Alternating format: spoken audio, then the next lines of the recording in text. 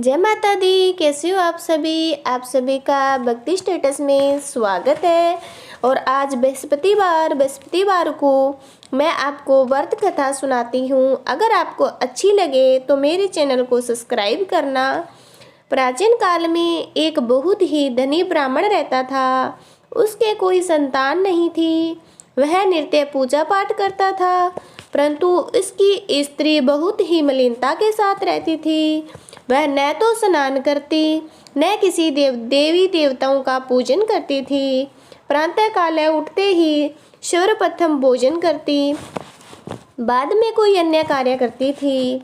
ब्राह्मण देवता बहुत ही दुखी रहते थे।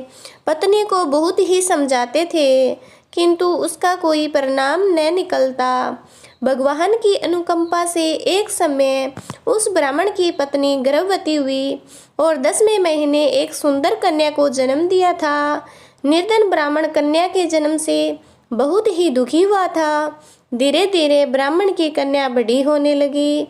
बचपन से ही उस कन्या की रुचि भगवान विष्णु की पूजा में थी।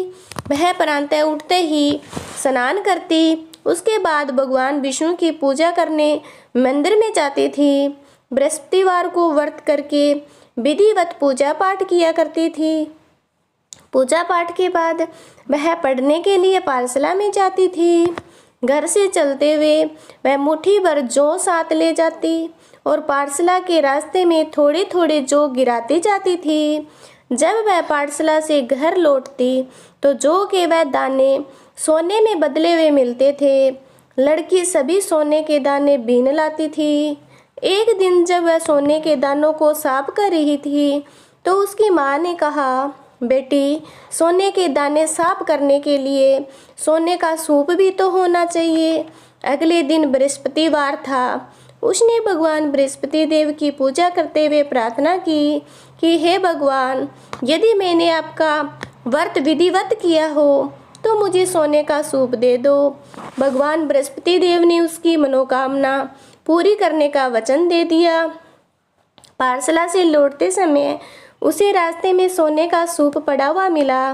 घर लौटकर सोने का सूप अपनी माँ को दिखाकर वह सोने के दाने साफ करने लगी और उसी समय नगर का राजकुमार उसके घर के पास से गुजरा। उस सुंदर लड़की को सोने के सूप में जो सूप साफ करते हुए देखकर राजकुमार उस पर मोहित हो गया। महल में लौटकर राजकुमार ने राजा से उस लड़की से शादी करने की इच्छा प्रकट की। तो राजा ने ब्राह्मण को महल में बुलाकर राजकुमार से उसकी लड़की की शादी की बात कही। ब्राह्मण तैयार हो गया। धूमधाम से उस लड़की का विवाह राजकुमार से हो गया। दुल्हन बनकर ब्राह्मण की लड़की महल में चली गई। लड़की के चले जाने से ब्राह्मण फिर निर्धन हो गया। उसे कई कई दिन भोजन भी नहीं मिलता था। बहुत दुखी होकर ब्राह्मण एक दिन अपनी लड़की के पास गया।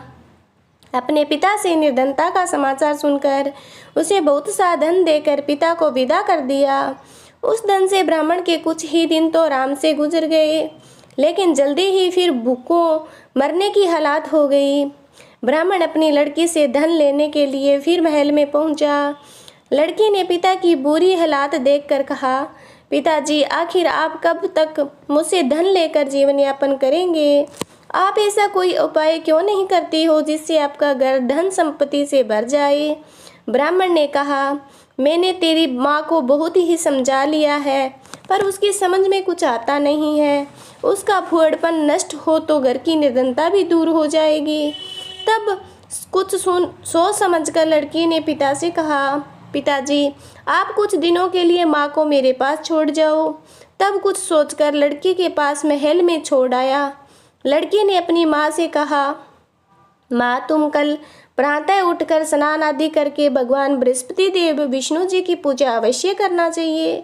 पूजा करने से तुम्हारी निर्धनता गरीबी दूर हो जाएगी।